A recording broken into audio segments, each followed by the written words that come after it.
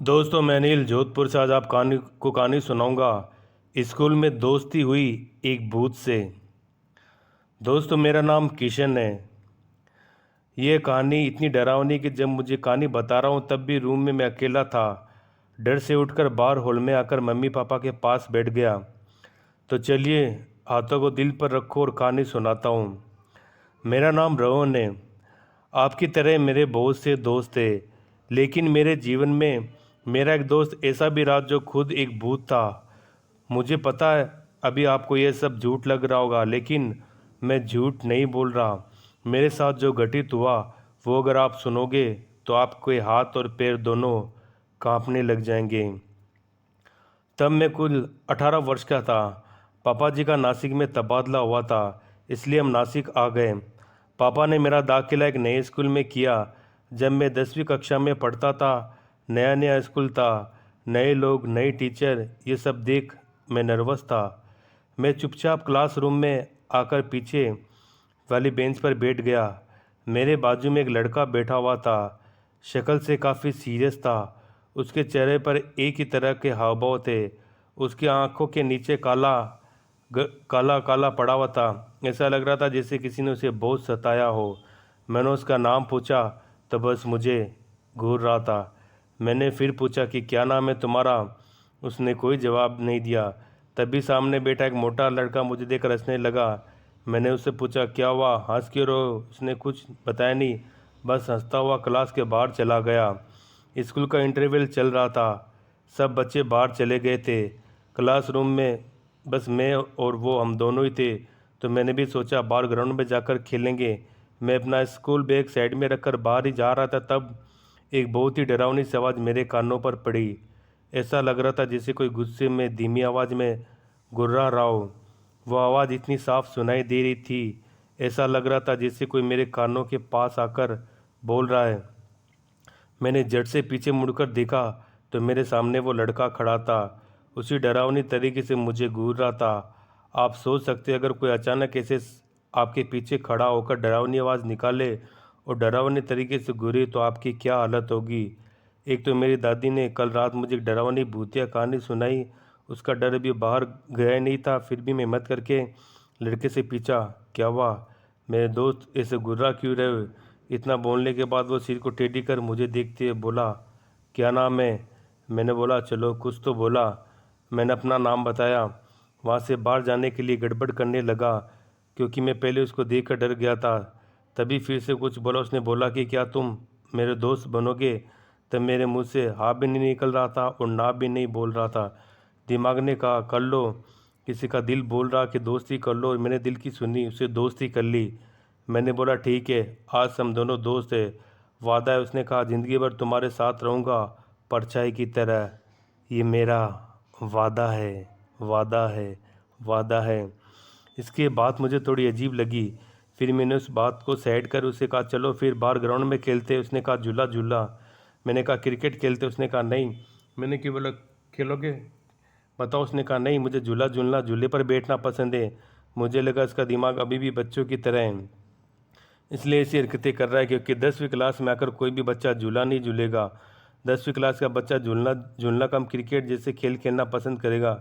मैंने सुना है भूतों को भी झूला झूलना काफ़ी पसंद होता है। मैंने इस सब पर ध्यान नहीं दिया। नया नया दोस्त बना था, इसलिए मैंने उसको हाँ बोल दिया। हम क्लासरूम के बाहर निकल स्कूल प्लेग्राउंड में आ गए। हमारे स्कूल के प्लेग्राउंड में 2 झूले और एक स्लाइडर भी था। प्लेग्राउंड में काफ़ी सारे बच्चे थे जो क्रिकेट खेल रहे थे। कुछ बच्चे फुटबॉल भी खेल रहे थे। मेरा नया दोस्त जो अभी भी बना था वो हमारे स्कूल बिल्डिंग के देख रहा था। मैंने उससे पूछा क्या हुआ दोस्त, या ऊपर क्या देख रहे हो। उसने कहा अपने आप को। इसका जवाब मेरी सोच के पूरी तरह से बंद कर चुका था। अब मुझे भी पता चल गया था इसको मैं भले ही मेरी जीतनी है, इसका दिमाग अभी भी छोटे बच्चे की तरह है। फिर मुझे याद आया कि वो क्लासरूम में सामने वाले बेंच का मोटा लड़का हम दोनों को देखकर हंस क्यों रहा था। मुझे समझ में नहीं आता कोई ऐसे बच्चे से दोस्ती करना पसंद क्यों नहीं करता। ऐसे बच्चों के साथ बैठने से, बातें करने से वो अपने आप को छोटा महसूस करने लगते हैं, जो कि एकदम गलत है। मैंने ठान लिया कि इसका अच्छा दोस्त बनकर इसका साथ दूंगा। वो भी बिल्डिंग की छत को देख रहा था। मैंने उसका हाथ पकड़ा और झूले की तरफ ले जाने लगा। उसका वो हाल ऐसा लग रहा था मानो किसी बर्फ़ की हाथ पकड़ लिया हो। इतने ठंडे हाथ मैंने किसी के नहीं देखे। इसके हाथ इतने ठंडे थे कि मुझे महसूस ही नहीं हो रहा था कि मैंने किसी इंसान का हाथ पकड़ा है। जैसे तैसे करके मैं उसे झूले के पास ले आया और वह एक झूले पर बैठ गया। दूसरे झूले पर मैं बैठ गया। हम दोनों झूला झूलने लगे। मैंने उससे पूछा, और दोस्त कैसा लग रहा है, अब खुश तो हो ना? उसने फिर कोई जवाब नहीं दिया। झूला झूलते सिर को बाईं तरफ करके अजीब मुस्कान ली। फिर स्कूल के बिल्डिंग की छत को देखने लगा।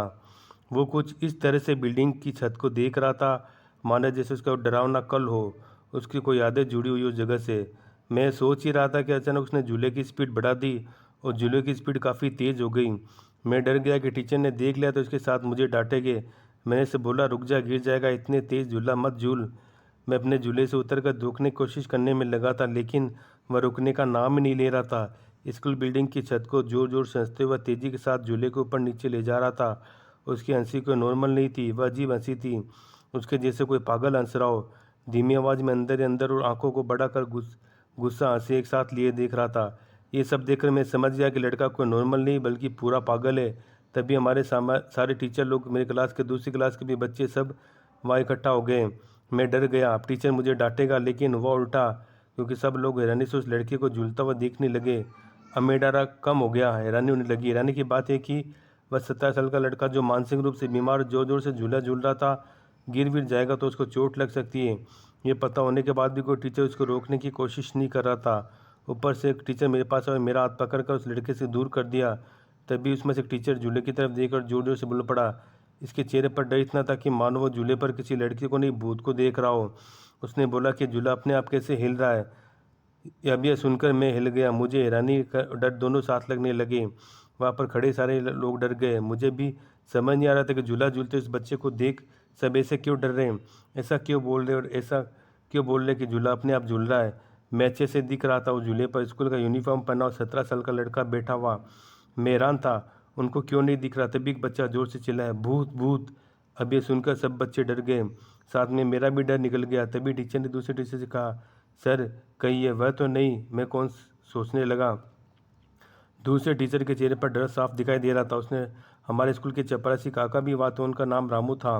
रामू काका मन ही मन धीमी आवाज़ में कुछ बड़बड़ा के बोल रहे थे। वह आ गया, वह वापस आ गया, इंसाफ होगा, मरेगा वह।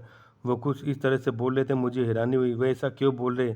तभी टीचर ने उसने कहा, रामू काका ये आप क्या बोल रहे, चुप रहिए, बच्चे डर जाएंगे। इतने में टीचर ने प्रिंसिपल को फ़ोन किया और सारी हकीकत बताई। प्रिंसिपल ने पता नहीं क्या कहा। टीचर ने फ़ोन रखते हुए सब बच्चों को घर जाने के लिए कहा। उस दिन स्कूल को छुट्टी दे दी। स्कूल को छुट्टी मिल गई, लेकिन बहुत सारे सवाल इस दूल्हे के पास बिखरे हुए कौन था, उसके हाथ इतने ठंडे क्यों लग रहे थे, उसको कोई देख क्यों नहीं पा रहा था, वह वहाँ पर था या नहीं, क्या मेरे साथ कोई वहम हुआ कि सच में वह कोई इंसान था या कुछ चोर। ये सवाल मेरे दिमाग में घूम रहे थे। उस रात में पूरी तरह सो नहीं पाया, डर भी लग रहा था, साथ में हैरान भी था। तब मुझे वो मोटे लड़के की याद आई। वह समझ आ गया कि वो मुझे देखकर हंस क्यों रहा था, क्योंकि मैं जिसे देख पा रहा था उसको मेरे अलावा और कोई भी नहीं देख पा रहा था।